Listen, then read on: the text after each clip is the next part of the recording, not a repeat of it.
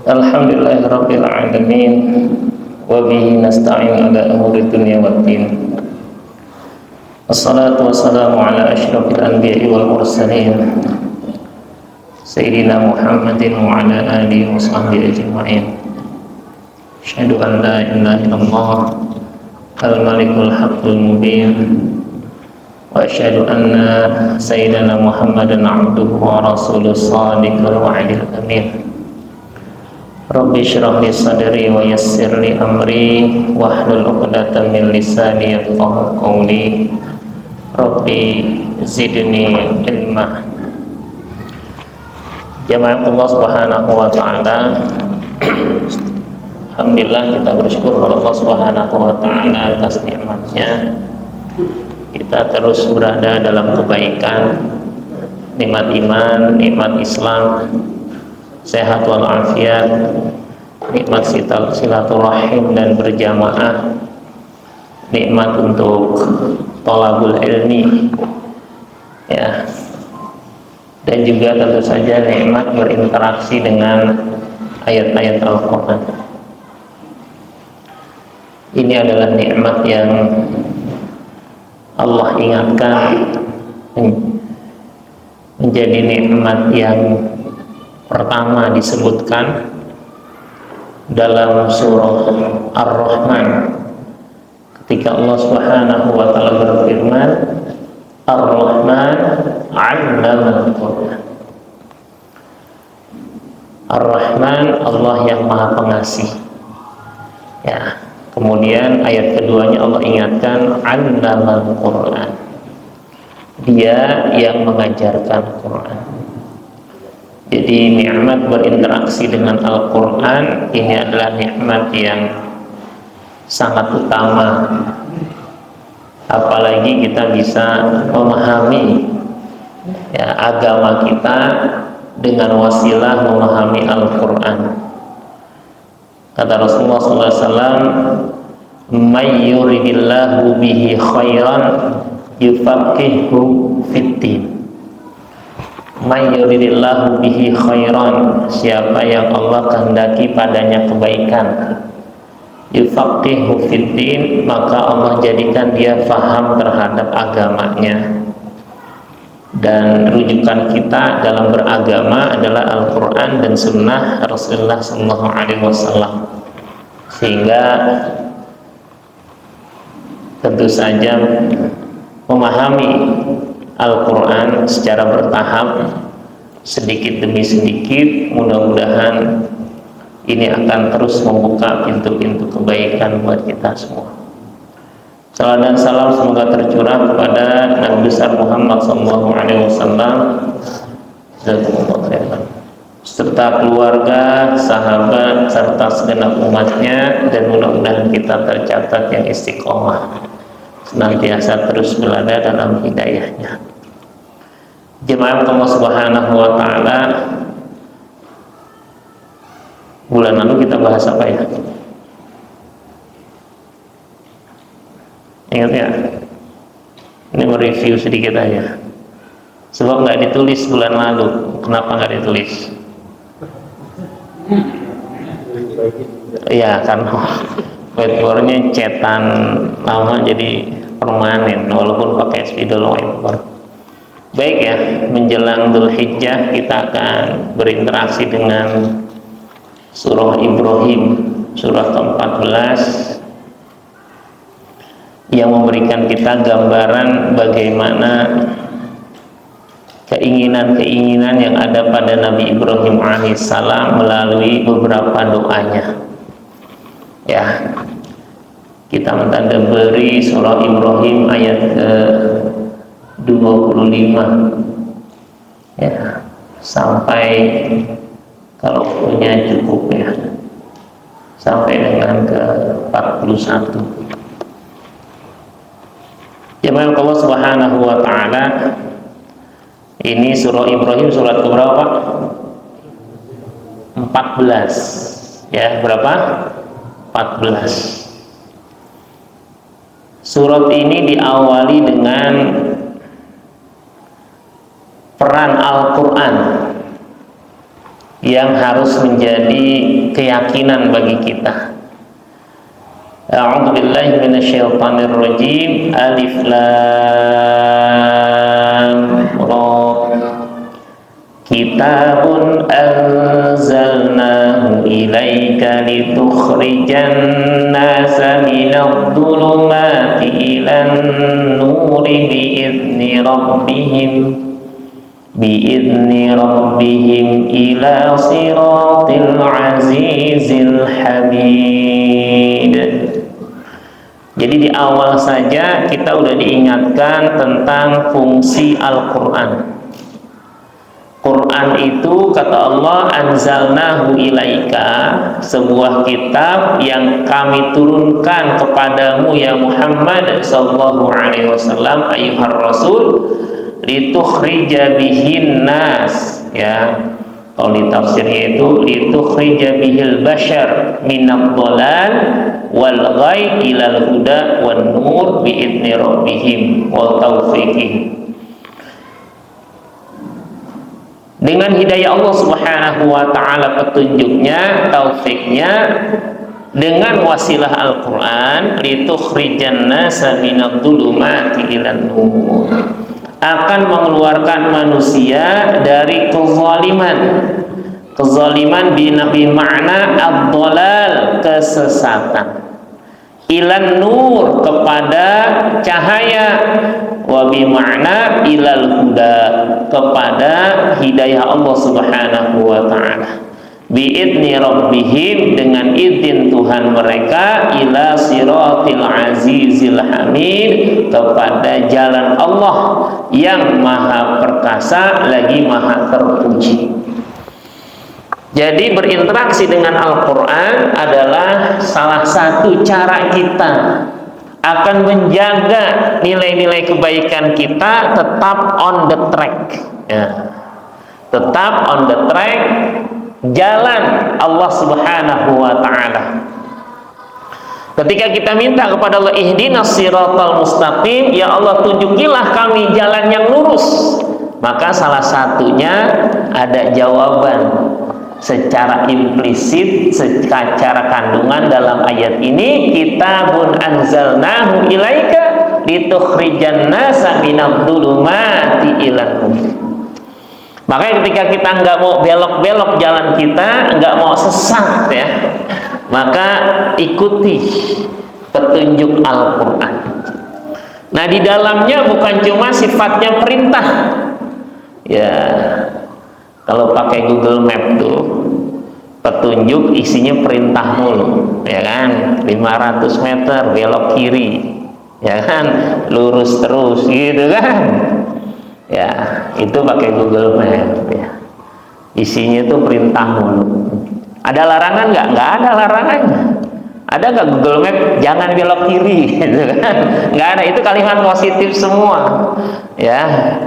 Tapi di dalam Quran itu ada tulisan beberapa waktu yang lalu, ada 72 larangan di dalam Al-Quran yang diawali dengan la gitu kan, ya, la taqrabus shalah wa la tusha'ir khaddaka wa la tamshi fil ardi marha, ya.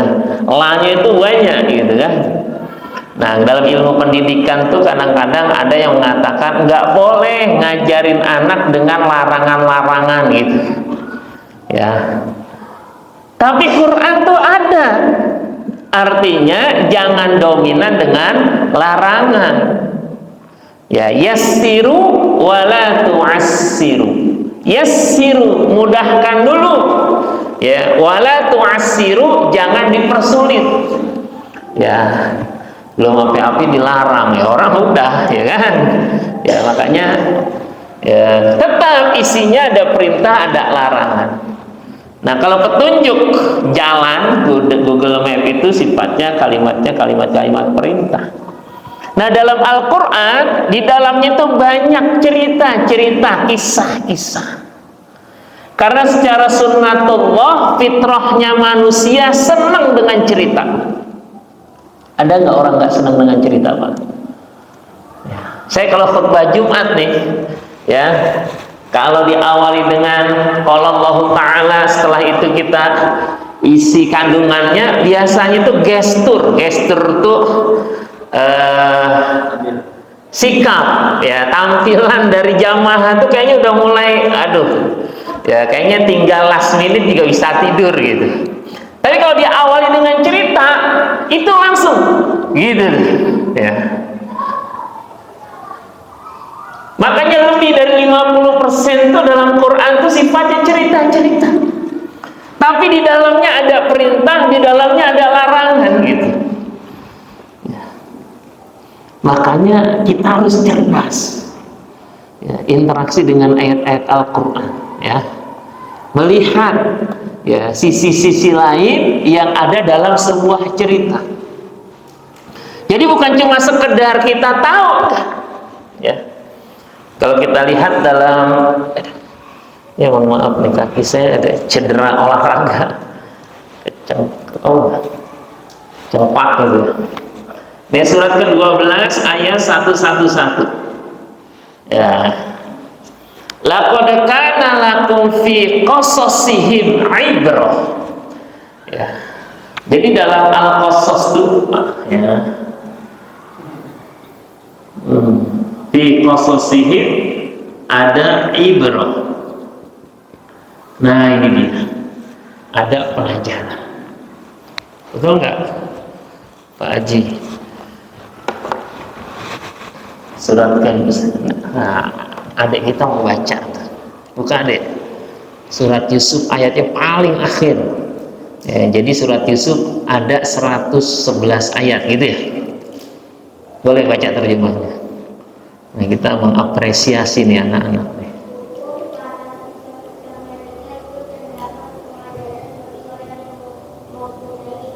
Ya, la ibratun li ulil albab. Jadi emang harus dipikirin, nih kisah ini ada pelajaran apa ya gitu. Lanjut.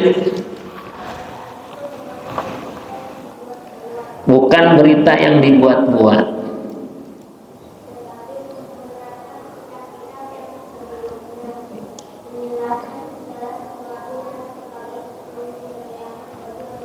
Iya, petunjuk dan rahmat, ada hudan wa rahmah.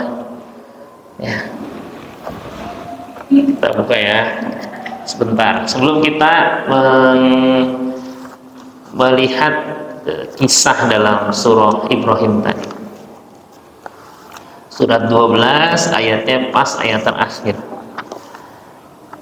Laqad kana fi qasasihim ibratun li ulil albab.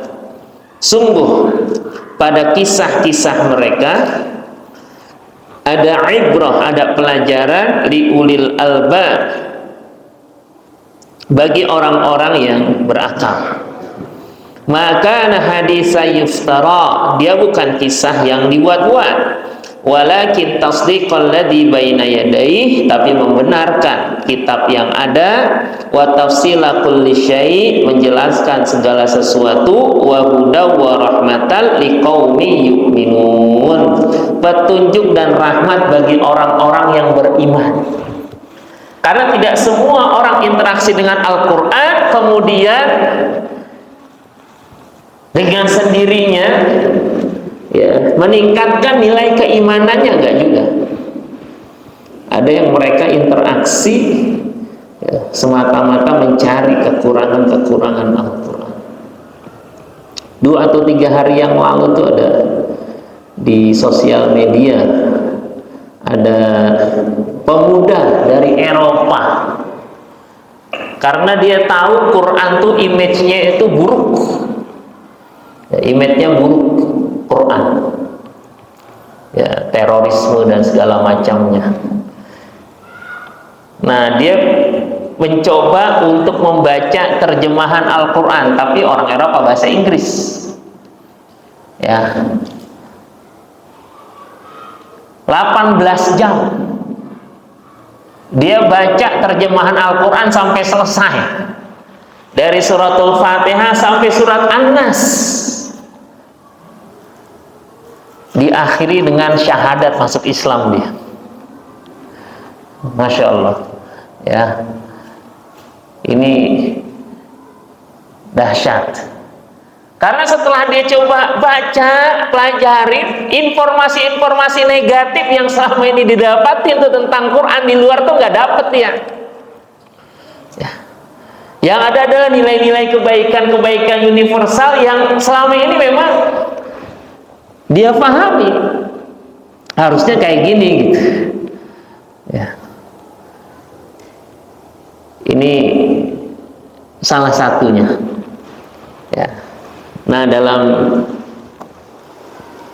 surah Ibrahim ini maka kita ada melihat bagaimana kisah tentang Nabi Ibrahim, yaitu dalam doa-doanya. Ya, kita mulai ya, masuk. Mudah-mudahan ini sekali lagi menjadi penguat bagi kita semua. Ayat ke-35. Wa idh qala Ibrahim rabbi ij'al hadzal balada amina wajnubni wa baniya an na'budal asnam. Ini Nabi Ibrahim alaihissalam, qala, dia berkata. Kalau berkata minta sama Allah, maka terjemahnya berdoa. Doanya adalah Rabbi ja'al hadzal balada amina, ya Allah jadikanlah negeri ini negeri yang aman. Ya.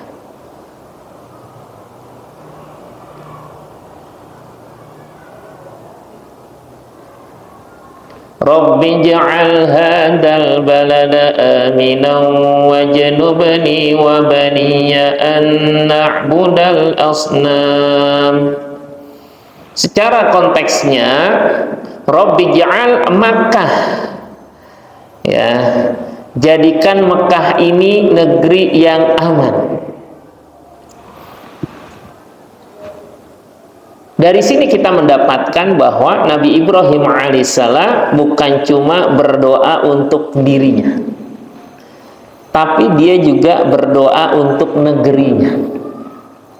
Karena tinggalnya dia di Mekah, dia berdoa untuk kota Mekah, ya, agar senantiasa diberikan keamanan, nggak egois orangnya, ya. Karena sangat memikirkan, beliau memikirkan dirinya, memikirkan anaknya, memikirkan orang tuanya, dan juga memikirkan negerinya. Ya. Jadi kalau ada orang interaksi dengan Quran, harusnya mengambil pelajaran dari Ibrahim, dia juga mikir tentang bagaimana negerinya. Ya. Kalau ketika ada sesuatu yang nggak nyaman dengan negerinya, harusnya dia merasa nggak nyaman.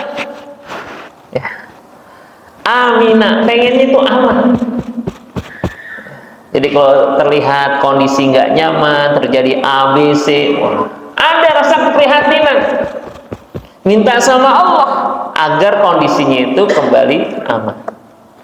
Karena kita khawatir ketika Allah Subhanahu wa Ta'ala gantikan negeri yang tadinya aman, kemudian berbalik, ya, nggak nyaman lagi.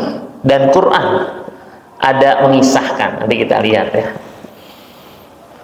Rabbi ja'al hadza baladan aminah. Ya. Kalau kita lihat dalam surat ke-16, surat 16 surat apa? Ayat 112. Ada sebuah negeri yang tadinya aman. Wa daraballahu mathalan qaryatan kanat aminatan mutmainnah. Allah berikan perumpamaan sebuah negeri yang kanat aminatan, dulunya aman, mutmainnah, tenang. Ya'tiha rizquha ragadan min kulli makan, datang rejeki dari setiap tempat. Tapi kata Allah, fakafarat bi an'umillah, dia kufur terhadap nikmat-nikmat Allah.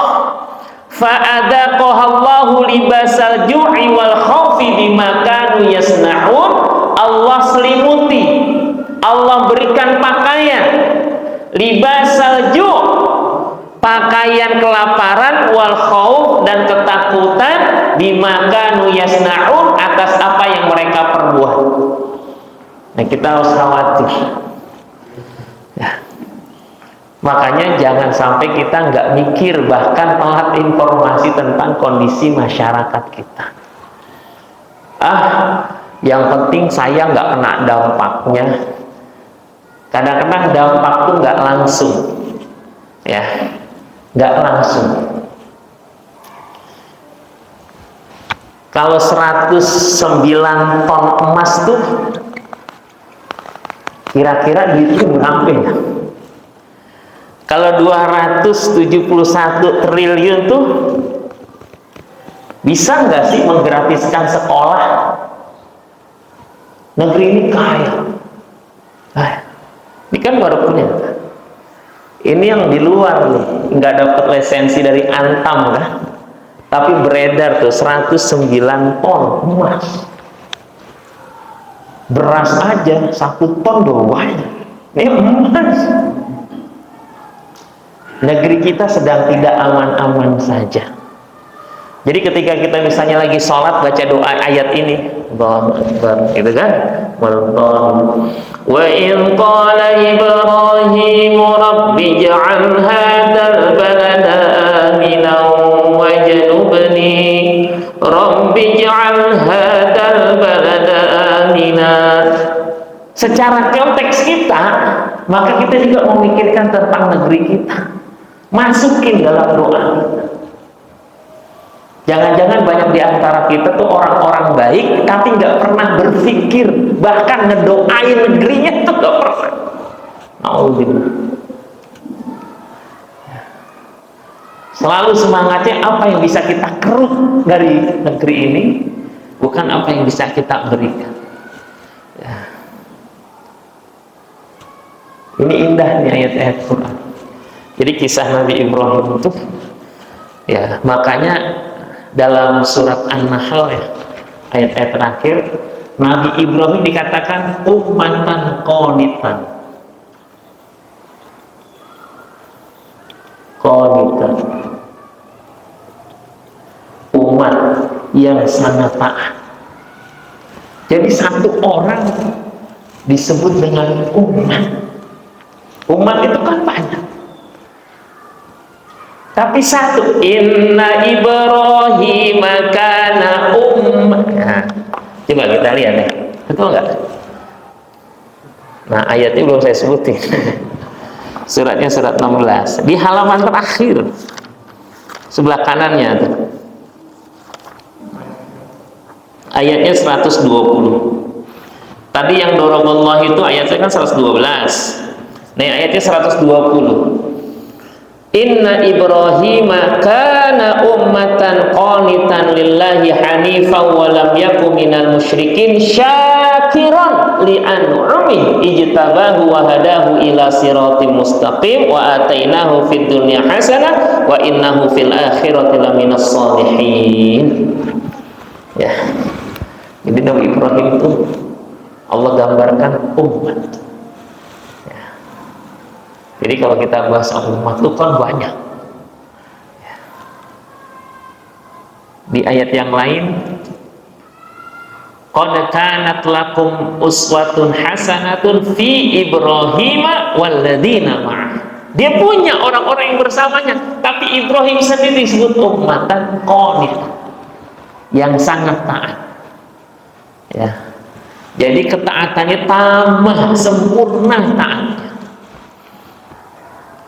Nah, dalam dirinya itu di keinginannya, di antara doanya Rabbi ja'al hadzal balada aminan. Ada alif lam. Dia tinggalnya di Mekah. Artinya mikirin negerinya. Kita juga gitu. Maka inspirasi dari ayat ini, maka jangan lelah kita mendoakan negeri kita. Ya. Doa yang terbaik. Yang kedua doanya ya surat Ibrahim yang tadi itu ya. Rabbi ja'al hadzal balada aminan wajnubni wa baniya an na'budal asnam. Wajnubni, jauhkan aku, wa banina, dan keturunanku, an na'budal asnam, untuk menyembah berhala, berlaku syirik. Berarti ketauhidan, keimanan diri kita dan anak-anak kita terus perhatikan. Nabi Ibrahim itu bapaknya tauhid. Nabi Ibrahim itu walam yaku minal musyrikin, nggak pernah berinteraksi dengan kesyirikan. Lam yaku tadi di surat An-Nahl ya An-Nahl ayat 120. Walam yaku minal musyrikin. Dia nggak berinteraksi dengan kesyirikan. Dalam hatinya tidak ada dua Tuhan. Termasuk kecintaan kepada anaknya itu tidak paling tinggi daripada kecintaannya kepada Allah. Makanya ketika diperintah ini arafil manam ani adbahuka, dia kerjain. Disuruh tinggalin anaknya sama istrinya biwadin ghairi dzar'i zar'in, di lembah yang gak ada pohonnya, ditinggalin. Untuk apa? Ibtigha'a wajhillah, semata-mata karena Allah. Jadi dalam hatinya itu kecintaan terhadap selain Allah itu betul-betul nggak ada, bersih, ya, nggak mendua. Tapi masih berdoa wajnubni wa baniya an na'budal asnam. Ya Allah, jauhkan aku dan anak-anakku dari menyembah berhala. Makanya kita penting memikirkan keimanan anak-anak kita. Berhala dulu bentuknya patung, sesuatu yang sangat diharapkan, sesuatu yang sangat dicintai, ketergantungan yang teramat sangat kepada sesuatu. Bahkan kalau ada terjadi sesuatu, selalu dinisbatkan kepadanya. Hujan, oh berarti ini patungnya nih bereaksi, ya. Datang ke sana kemarau, hujan gitu kan, wah udah ada aja.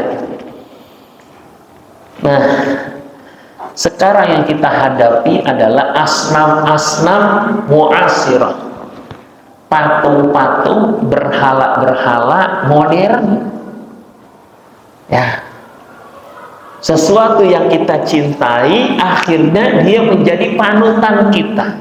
Sesuatu yang kita gandrungi akhirnya mempengaruhi gaya hidup kita. Sesuatu yang kita nggak pernah bisa lepas darinya. Kalau berlepas ada rasa rindu, bahkan nggak sedikit yang seakan-akan pengen mati aja deh gitu. Ya.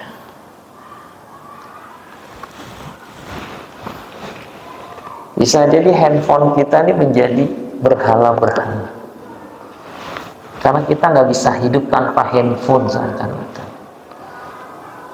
Tidur yang paling terakhir disapa handphone. Bangun tidur yang pertama kali disapa handphone. Sholat Jumat nggak pakai handphone, kayaknya nggak enak sampai sholat Jumat. Makanya saya, kalau kata orang Betawi, gedek banget tuh. Ya kalau ada lagi khutbah Jumat ada yang main handphone. Kalau bawa di set nggak masalah gitu kan. Lagi nge-games gitu kan. Kan saya guru ya, jadi kalau gestur orang tuh namanya tuh eye contact. Kontak mata tuh kelihatan tuh dia sedang apa. Ya ini susah diceritakan ya, karena kita biasa ngawas siswa ada 30 orang, ngelihat satu-satu gitu kan, setiap hari sepekan 5 kali ketemu siswa gitu. Kalau ngelihat ya, wah ini lagi nggak konsen nih, ini kayak gitu. Naik khutbah Jumat, wah di pojokan gitu kan, bilang ya Allah. Maka saya materi khutbah Jumat saya ini udah berapa bulan nih bicara tentang, kalau masjidnya beda ya, bicara tentang bagaimana Jumat itu betul-betul optimal. Ya. Karena Karena sampai sekarang hampir sulit dicari saf pertama, kedua, ketiga penuh duluan daripada saf yang lainnya. Hampir nggak ada masjid. Yang kedua, hampir tidak ada yang masjid tidak mengumumkan jamaah untuk menempati saf yang masih kosong. Hampir setiap itu. Yang laku tembok sama kipas angin biasanya. Jadi masuk yang dicari tembok, kipas angin gitu kan. Bener, saf terdepan tuh berat banget. Ya, walaupun paling depan nggak boleh karena jenazah paling depan ya kan. Iya dong, depannya imam kan. Ya. Tapi kalau haji dan umroh rebutan. Coba kalau yang lagi ada umroh yang haji sekarang tanya deh, kalau sholat Jumat ke Masjidil Haram jam berapa? Rata-rata jam 9 udah pada jalan. Bahkan ada yang dari subuh belum balik ya biar dapat saf paling depan gitu kan, dan seterusnya. Giliran balik ke kita ke Indonesia ya. Nah itu dia, investasi pahalanya udah kebanyakan gitu kan. Alhamdulillah, semangatnya kurang. Balik lagi kisah Ibrahim, mikirin dirinya dan keluarganya. Jangan sampai ya masuk dalam bentuk-bentuk kesyirikan. Ya, menduakan Allah Subhanahu wa taala dengan selainnya. Karena orang-orang yang beriman, walladzina amanu asyaddu hubban lillah, kecintaan kepada Allah melebihi dari yang lainnya. Ya. Ini Nabi Ibrahim alaihissalam, doa yang kedua, wajadubni wa baniya an na'budal asnam. Nah, mikirin tuh, yuk kita pikirin tuh gimana caranya kita mendidik akidah keimanan semakin kuat ke anak-anak kita. Jangan dibiarkan anak-anak kita dididik oleh sosial media, oleh televisi, oleh games. Ya, kalau udah nge-games tuh, wah, udah lupa waktu, Pak. Ya, ternyata bukan cuma anak-anak, orang tua juga gitu. Hampir setiap kesempatan lihat orang handphone pada kalau udah begini landscape udah deh biasanya kayak gitu. Ya. Bukan nggak boleh, silahkan, tapi jangan mendominasi. Ya. Saya suruh ngisi pengajian di pesantren Quran waktu itu. Pengajiannya nggak kayak gini, maksudnya masing-masing tilawah. Setelah itu mutabaah, artinya saya cek tuh gimana ibadah hariannya gitu. Karena beberapa itu hafal Quran 30 juz, maka nanyanya itu bukan sholat, nanyanya itu biasanya qiyamul lail. Karena antara Quran dengan qiyamul lail itu dempet dalam surat Al-Muzammil. Ya ayyuhal muzammil qumil laila illa qalila nisfahu aw inqus minhu qalila aw zid 'alaihi wa rattilil qur'ana tartila. Qiyamul lail dengan Quran. Maka orang biasanya yang hafal Quran itu qiyamul lailnya itu harusnya itu kuat. Ya. Saya tanya gimana qiyamul lailnya? Alhamdulillah Ustaz, seminggu ini biasanya patokannya seminggu udah berapa? 2, 3, terus satu-satu. Ya, sampai ada satu ya saya belum kenal ya, cuma dia seorang musyrif. Musyrif itu berarti pembimbing tahfidz Quran. Saya tanya, gimana seminggu ini qiyamul lail ada? Enggak ada Ustaz. Oh. Terus minggu kemarinnya dengan ada qiyamul lailnya enggak ada. Nah, mulai deg-degan saya nih. Minggu sebelumnya lagi, berarti 3 minggu yang sebelumnya enggak Ustaz. Sebulan ini enggak ada. Wah, pertanyaan mulai saya geser. Ente sholat subuh tepat waktu enggak? Karena antara sholat subuh enggak tepat waktu dengan qiyamul lail itu dekat. Ya kan? Kita bisa qiyamul lail walaupun cuma witir 3 rakaat atau sholat tahajudnya 2 rakaat, setelah itu masuk waktu subuh gitu kan. Kan batasnya kan di subuh itu. Paling enggak itu enggak kesiangan. Kalau dia qiyamul lail itu enggak kesiangan subuh. Ternyata betul. Aneh kesiangan Ustaz. Kemarin gimana? Kesiangan juga. Waduh. Ini tinggalnya di pesantren Quran. Tinggal di pesantren Quran. Kaget saya.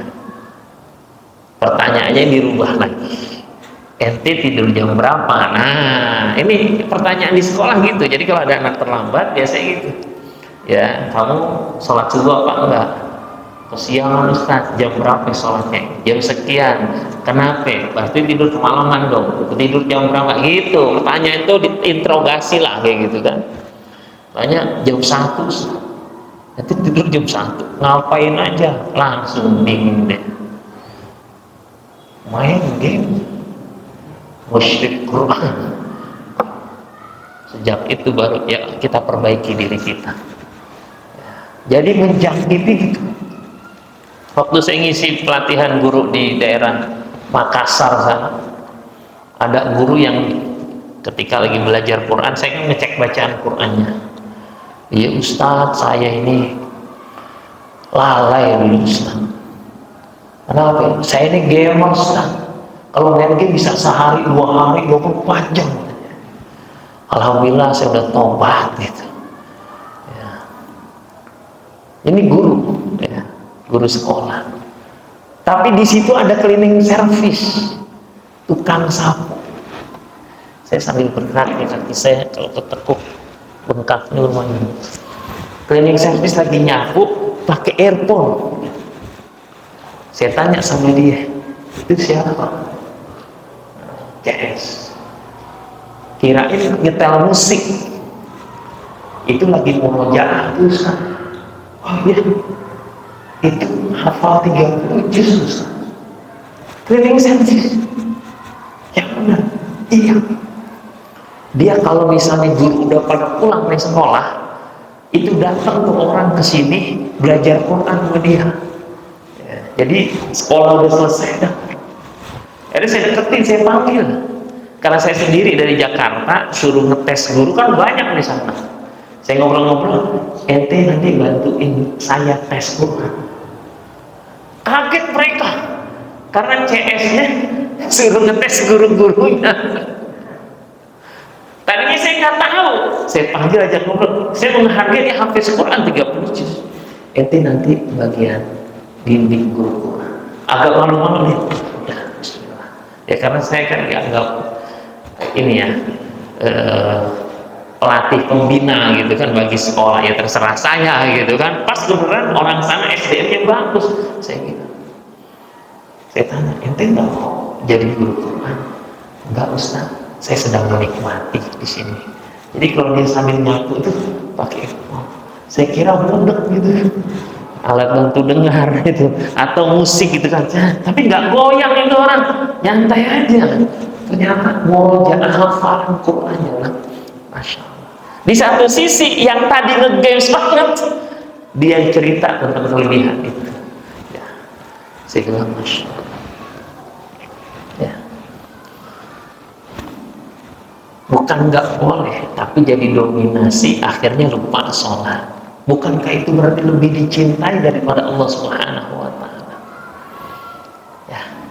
Makanya kalau dulu namanya asnam itu bentuknya patung, kalau sekarang itu bukan cuma patung.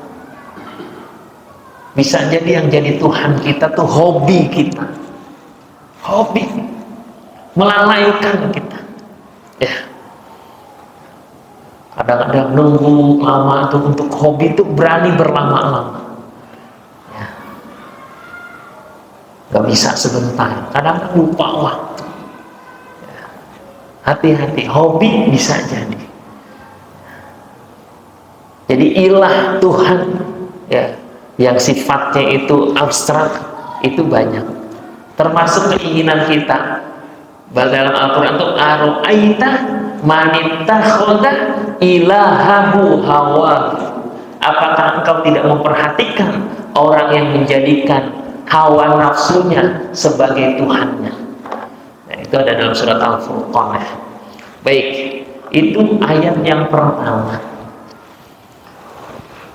Yang kedua menjelaskan tentang asnam. Rabbi innahunna adlalna katsiran minan nas. Tuhanku, innahunna sesungguhnya asnam, patung-patung itu, berhala-berhala itu, adlalna katsiran minan nas, sudah menyesatkan banyak manusia.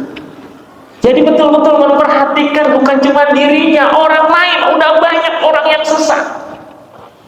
Maka kalau ada orang yang sesat, jauh dari jalan kebenaran, harus jadi perhatian kita juga. Keluarga mulai males sholat, jadi perhatian kita. Bahkan Nabi Ibrahim curhat sama Allah, innahunna adlalna katsiran minan nas. Ini patung-patung nih, berhala nih udah menyesatkan banyak manusia. Nggak ridho dia, bukan cuma dirinya, bukan cuma keluarganya, orang sesat tuh nggak ridho. Maka pengen dia punya perhatian, punya kontribusi, paling tidak dari doa-doa kita. Kata beliau, kata Ibrahim, faman tabi'ani fa innahu minni wa man asani fa innaka ghafurur rahim. Masya Allah, ini karakter dai ini kayak gini nih, dahsyat. Kata Ibrahim, faman tabi'ani fa innahu minni, siapa yang ikutin aku itu bagian dari golonganku. Wa man asani, siapa yang gak ikutin aku, kata Ibrahim alaihissalam, fa innaka ghafurur rahim, engkau maha pengampun lagi maha penyayang. Masya Allah ya, nggak dibilang tuh faman asani fa innahu fi dhalalin mubin gitu kan. Kalau dia nggak ikutin aku emang sesat dia gitu kan. Tapi minta ampun seakan-akan fa innaka ghafurur rahim, engkau maha pengampun lagi maha penyayang, gitu ya ayatnya. Betul nggak Pak Haji Haidir? Iya kan, fa innaka ghafurur rahim. Ini kelembutan, fisiknya kuat tapi hatinya lembut. Dia ngancurin tuh berhala, ya kan, ditinggalin yang gede, hatinya itu lembut. Apalagi terhadap orang tuanya, ya kan. Dan ini karakter gaji. Dia pikirin negerinya, dipikirin anak keturunannya, dirinya, anak keturunannya, mikirin negerinya, mikirin masyarakatnya, dan pada saat yang sama dia tidak memberikan gelar negatif ketika orang yang didakwahi nggak ikutin dia. Faman asoni, siapa yang bermaksiat dariku, artinya enggak taat kepadaku, fa innaka ghafurur rahim, engkau maha pengampun lagi maha penyayang. Kalau saya memahami kalimatnya, ya Allah, ampuni mereka, sayangi mereka. Kalimatnya fa innaka ghafurur rahim, seakan-akan dalam hatinya itu enggak ada rasa dendam, nggak ada rasa mangkel, nggak ada rasa kesel ketika ada orang nggak taat kepada Allah, tetap didoai. Nah, saya melihat ini termasuk yang kering dari lingkungan masyarakat kita, bukan cuma lingkungan umum, termasuk para dai-dai, para ustadz-ustadz, untuk saling mendoakan. Ya, yang ada naudzubillah, sebentar-bentar saling menjelekkan, menjatuhkan. Ya, kalau udah ada satu kesalahan aja, udah tuh ditolak semuanya, ya kan? Nggak ada kalimat-kalimat positif. Ya, iya dia salah, tapi ilmu ininya dahsyat gitu. Tapi ada tapinya yang apa, membuat nilai positifnya juga difahami. Yang kelihatannya pasti negatifnya. Begini terus udah gak bakal selesai. Ya. Tapi Nabi Ibrahim ngajarin kita, faman tabi'ani fa innahu minni. Siapa yang ikuti aku, maka bagian dariku. Wa man asani fa innaka ghafurur rahim. Kalau enggak mau taat sama aku, engkau maha pengampun lagi maha penyayang, ya Allah. Insyaallah. Ya. Belajar mendoakan mereka-mereka yang tidak sepaham dengan kita. Doain agar apa? Allah ampuni, dapat hidayah ya. Dan kita belajar dari Rasulullah ketika ke Taif disambitin ya, yang keluar dari lisannya doa, Rabbi hdi qaumi innahum qaumun la ya'lamun. Ya Allah, berikan hidayah kepada kaumku, mereka orang-orang yang belum tahu, belum paham, belum ngerti ya. Kadang-kadang ini yang diantaranya kita kurang ya, saling mendoakan. Kalau kita merasa dia satu sisi itu kurang, ya udah kita doain semoga Allah berikan pemahaman keilmuannya gitu. Kadang-kadang dendam kita yang lebih tinggi ya, na'udzubillah. Sehingga dengan masing-masing kekurangan kita nggak bisa tasamuh, toleransi ya. Yang ada bukannya ta'awun, tapi bahkan tidak sedikit yang saling mengkafirkan. Oh berarti udah kafir nih, mau udah kayak gitu aja. Kalau kafir berarti halal darahnya, waduh, udah ngeri dah, udah kayak gitu ya. Makanya belajar dari kisah Nabi Ibrahim, Masya Allah.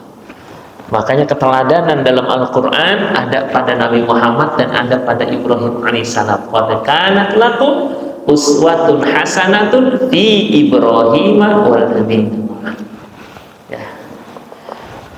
Jadi di ayat itu kita belajar bagaimana Nabi Ibrahim alaihissalam, ya, memikirkan al-balad ya, memikirkan dirinya sendiri dan keluarganya ya, memikirkan orang lain, manusia. Insya Allah. Jadi dari doa-doanya kita dapetin. Doa itu kan keinginan, doa itu permohonan kepada Allah. Biasanya doa dulu sesuatu yang sangat diharapkan. Dia pengen negerinya aman, dia pengen anak dan keturunannya itu jauh dari godaan yang namanya berhala. Dia pengen manusia juga sama kayak gitu ya, jangan sampai tersesat. Makanya peran kita juga harus senantiasa kita kuatkan. Yang berikutnya, ayat berikutnya, Rabbana inni askantu min dzurriyyati biwadin ghairi dzi zar'in. Rabbana, wahai Tuhanku, inni askantu min dzurriyyati, sesungguhnya aku menempatkan sebagian dari keturunanku biwadin ghairi dzi zar'in inda baitikal muharram, di lembah yang enggak punya pohonan, di samping, di sisi baitikal haram, rumahmu al-muharram yang mulia. Rabbana liyuqimus shalah, wahai Tuhanku, agar mereka mendirikan sholat. Jadi menempatkan anak pada kondisi tempat yang di sana mudah untuk ngerjain sholat gitu. Walaupun tempatnya itu bisa jadi secara keinginan kita nggak nyaman diwadin, tapi karena Allah yang memerintahkan, husnuzan dengan Allah, pasti kebaikan di dalamnya. Diwadin ghairi dzi zar'in, dan sikoh mutlaqoh, keyakinan yang mutlak dari Ibrahim alaihissalam bahwa Allah subhanahu wa ta'ala nggak bakal yang namanya menyengsarakan hambanya. Kalau udah diperintahkan, pasti di belakangnya kebaikan. Kan dia belajar dari ketika anaknya udah mau disembelih, falamma aslama wa tallahu lil jabin wa nadainahu ayya Ibrahim qad sadaqta ru'ya. Kan digantikan tuh ketika mau disembelih dengan domba. Maka ketika anaknya ditinggalin, udah yakin aja sama Allah, ini askantu bi wadin ghairi dzi zar'in inda baitikal muharram rabbana liyuqimus shalah. Ya Allah, agar anak-anakku mendirikan salat. Bukan cuma doa di ayat 40-nya Rabbi ja'alni muqimas shalah wa min dzurriyyati, tapi dia juga menempatkan di tempat yang mulia. Makanya kalau konteks kita tuh, kira-kira kalau kita punya rumah di sini, anak-anak kita mudah sholat apa enggak ya? Ya. Rumah jauh dari masjid bukan berarti menjadikan seorang itu tidak mudah sholat di masjid, enggak juga. tapi secara naluri kemanusiaan semakin dekat semakin mudah. Walaupun dalam konteks, dalam bingkai hidayah, bukan berarti yang rumahnya dekat masjid, dekat musola, gampang lompat ke masjid musola, enggak. Ini faktor hidayah. Bahkan yang jauh-jauh tuh bisa jadi semangat. Hujan pakai payung, ya kan? Kadang-kadang harus pakai motor, pakai sepeda. Ya. Yang tinggal lompat doang, ngeludah aja sampai ke musola, ke masjid. Bisa jadi berat. Sound system keras, dia marah, kencengan tuh, bisa nggak nengok ke rumah gua, balikin kayak ke sono, kenapa berisik gitu. Ada. Ya. Dari beberapa orang-orang yang protes, ya, suara speaker kegedean, ya, hampir kebanyakan tuh orang Islam yang protes. Ya, nggak tahu, nggak nyaman. Kalau kita belajar bab azan tuh biasanya tuh, ya, yang nggak nyaman dengan suara azan sama qomat siapa biasanya, Pak? Tahu nggak? Setan. Makanya ada terapi ruqyah dengan diapain? Diazanin. Pernah lihat nggak? Ya, karena kata Rasulullah, kalau lagi azan tuh setan tuh lari. Dia terbirit-birit sampai terkentut-kentut. Nanti kalau udah selesai baru dia balik lagi. Qomat dia lari lagi gitu. Ya, makanya makruh kalau kita lagi di masjid pas azan kita keluar. Ya kan, pulang gitu. Lo mau kemana? Jangan-jangan nih gitu. Iya, jangan-jangan kalau film dulu tuh panas gitu kan, akhirnya lari dia. Film dulu kan gitu. Ya. Jadi doanya Nabi Ibrahim, Rabbana liyuqimus shalah, agar mereka mendirikan sholat. Diperhatiin lagi tuh di doa yang keduanya itu untuk siapa? Anak-anaknya. Yang pertama akidahnya agar nggak ikut-ikutan, ya, dekat dengan berhala. Yang kedua agar liyuqimus shalah.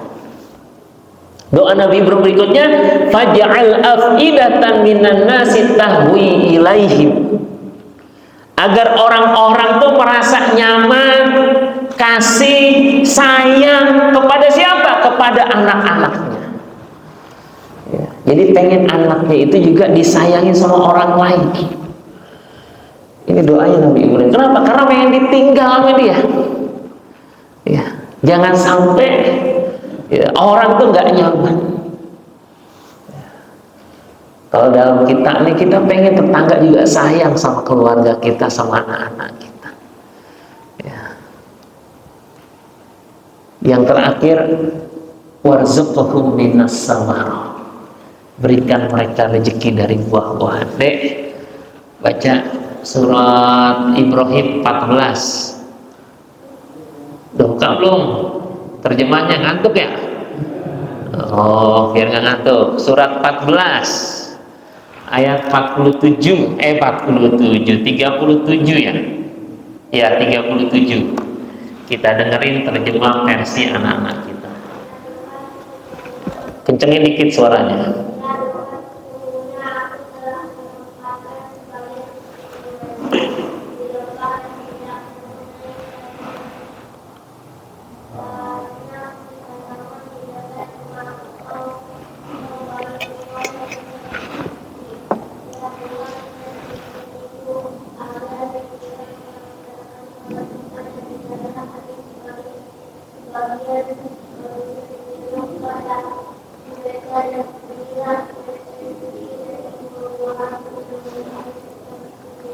Iya. Saya mengingatkan ulang, ini pernah kita bahas. Kalimat pertama itu askantu biwadin ghairi zizar'in. Wadin itu artinya lembah. Ghairi zizar'in, enggak punya pohon.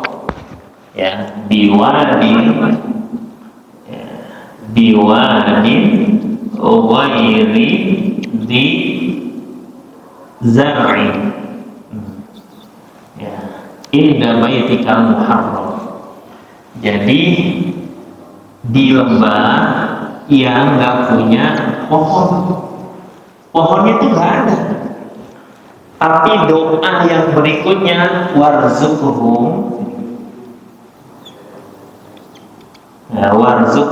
minas samarot, berikan mereka rezeki buah-buahan.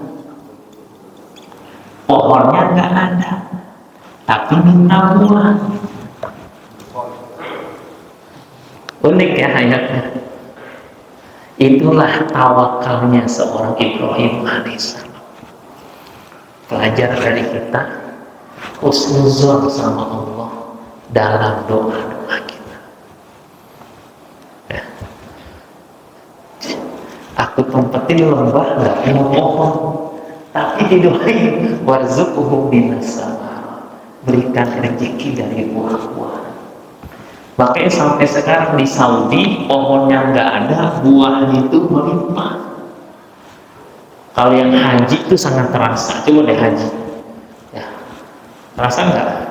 Sampai buah itu nggak habis-habis ya, ada aja. Ya. Saya di sini tuh nyari pir yang kecil. Itu enak banget. Di sini nggak ada apa, dapetnya yang gede. Di sana tuh jadi makan sampai berlebih gitu. Cuma saya pikir, ya Allah, ini buah-buah. Secara teknis iya itu diimpor dari negara lain, tapi secara akidah ini bagaimana doa Nabi Ibrahim itu bisa terrealisasi. Sebabnya caranya Allah yang ngatur datu gitu kan. Doa yang pertama tuh faj'al afidatan minan nasi tahwi ilaihim. Itu daerah belum ada air Zam-Zam. Kan air Zam-Zam itu setelah ditinggalkan sama Ibrahim alaihissalam. Tapi doanya itu faj'al afidatan minan nas tahwi ilaihim. Jadikan hati manusia cenderung. Itu kan gak ada orang lain gitu.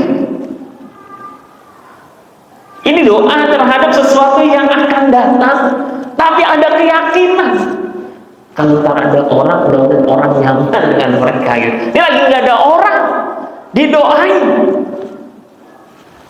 Makanya kalau kata orang Jawa Barat, impossible is nothing bagi Allah. Ketidakmungkinan itu tidak mungkin bagi Allah. Ya. Dari sini kita belajar. Kalau Allah sudah mencintai seseorang, maka Allah kabulkan doanya dengan sebab-sebab yang bisa jadi di luar logika dia. Ya. Jangan pernah berhenti. Ya, kita minta sama Allah, karena Allah tidak akan pernah bosan mengabulkan doa-doa kita. Bisa cepat, bisa lambat. Yang penting keyakinan dulu terhadap Allah. Ya. Keyakinan ini yang Allah ingin kuatkan di dalam ayat berikutnya. Rabbana, wahai Tuhan kami, innaka ta'lamu ma nukhfi, engkau tahu apa yang kami sembunyikan, wa ma nu'lin, dan apa yang kami tampakkan, wa ma yakhfa 'ala Allahi min syai'in fil ardi wa la fis sama. Tidak ada yang tersembunyi bagi Allah sesuatu pun di bumi maupun di langit. Nggak ada yang tersembunyi, termasuk yang ada dalam hati kita. Itu ibarat ngelihat ikan dalam akuarium, kelihatan bagi Allah. Ya. Ini indah doa-doa ini kalau kita pahami, ya Allah. Selama ini kita kalau doa itu seakan-akan harus sesuai skenario kita. Ya Allah, anak saya pengen jadi dokter, ya Allah. Nanti PTN-nya bisa masuk UI, Fakultas Kedokteran, ya Allah gitu. Itu detail ya. Kalau bisa jangan undangan, ya Allah. Berarti nilai rapotnya bagusin, ya Allah. Jangan sampai ada yang wah, detail banget gitu kan.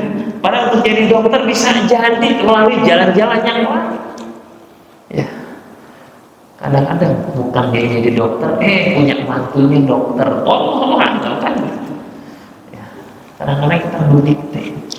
Tawakalnya itu sangat jauh kita. Nabi Ibrahim alaihissalam laksanakan. Aku qouli hadza wa astaghfirullah li wa lakum. Insyaallah berikutnya kita akan mentadabburi 2 ayat berikutnya ya. Jadi sedikit ini, maka pelajaran yang kita dapatkan pertemuan yang singkat ini, yang pertama adalah jadilah kita seperti Nabi Ibrahim yang berpikirnya bukan untuk diri sendiri, tapi kita berpikir untuk orang lain, diri orang lain, bahkan negara kita pikir. Ya, jangan kita tutup mata. Ya, Pak, ini kan nggak ada hubungannya sama saya. Kata siapa nggak ada. Ya, kita kena dampaknya. Ya, dampak kenaikan ONH pergi haji itu kan bagian dari dampak. Siapa yang memikirkan? Ya. Saya baru tahu ternyata jamaah haji kita itu kalau transport itu 4 kali hitungnya kan, PP-nya 2 kali dihitung. Begitu ternyata ya. Jadi kan berangkat haji, pulangnya itu pesawat, yang biaya itu jemaah haji. Jadi hitungnya PP gitu, dan 4 kali. Nah itu yang kemarin diprotes sama anggota dewan yang lain. Skemanya jangan kayak gitu, itu tanggung jawab maskapai gitu maksudnya. Biar apa? Biar bisa kompetitif dengan maskapai yang lain, nggak didominasi oleh satu maskapai. Saya baru ternyata pantas mahal diantaranya itu dan seterusnya. Itu kan dampak kebijakan kita kena juga. Ya, makanya banyak sekarang yang mau berangkat haji udah masuk nomor porsinya, nggak punya duit ngelunasinnya. Ya, karena ternyata naiknya lumayan cukup besar. Ya, itu ada beberapa akhirnya nggak bisa ngelunasin. Ya, itu dampaknya juga. Kalau negeri ini aman, orangnya tanggung jawab, ya Allah. Itu baru satu tuh, timah 1, emas 1, itu baru dikit-dikit tuh. 271 triliun, 109 ton, belum yang lain-lainnya tuh. Ya kan? Banyak. Ya, kalau kata orang ya salah tongkat ditanam tuh bisa jadi. Negeri ini sangat melimpah, tapi ketika nggak aman, kita pengen menjadi balada aminah, negeri yang aman, orang-orangnya amanah, masya Allah. Itu doa yang harusnya senantiasa juga kita. Ya mudah-mudahan dengan doa gitu lahirlah, kita nggak tahu ya siapa.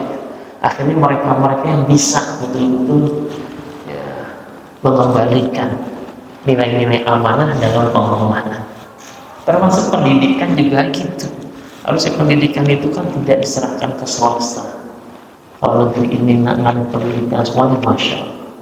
Ya, kuliah juga bisa gratis, karena negeri-negeri lain banyak juga yang bisa menggratiskan. Saya punya kenalan tuh keluarganya senangnya di Jerman, free pendidikannya gratis. Untuk pertama doang aja, berikutnya beasiswanya banyak, murahan di sana daripada di sini katanya. Oh iya ternyata ada, saya punya kenalan.